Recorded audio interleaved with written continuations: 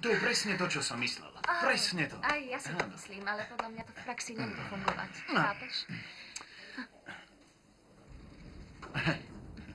Vy ste asi jazdec? No, ona hovorí s tebou.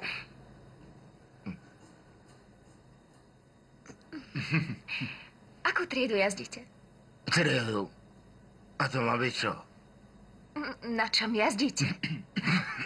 Viete, robíme si zábery z pretekov do jedného seriálu.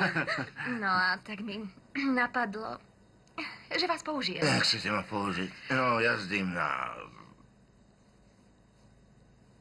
Najradšej jazdím na tých veľkých, viete. Na veľkých. Ale fakt na tých najväčších. Vicam Vlkšedov. Z mestovárenského tímu. Ale hovno. Čo? Hovno. Mám dojem, že toto mesto je plné priblblých, krpatých, zapraskaných tatkáčov. Ty rúžový matkojeb. Viac nebudem hovoriť, len sa dobre dívaj. To nič. To je dobré. Máš oheň?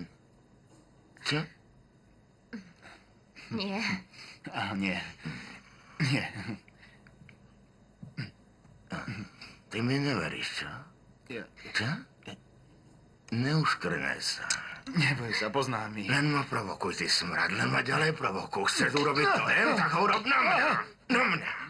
Dojte. OK.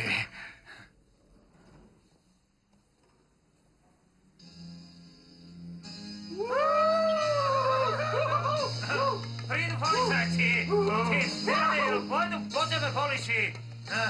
Daj sem kľúč! Daj mi ten posratný kľúč! A šeš, daj mi ho! Tak.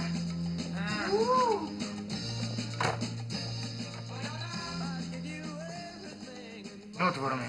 Odlož ten nôž! Som uťahaný, otvor. Mám ho v vrecku.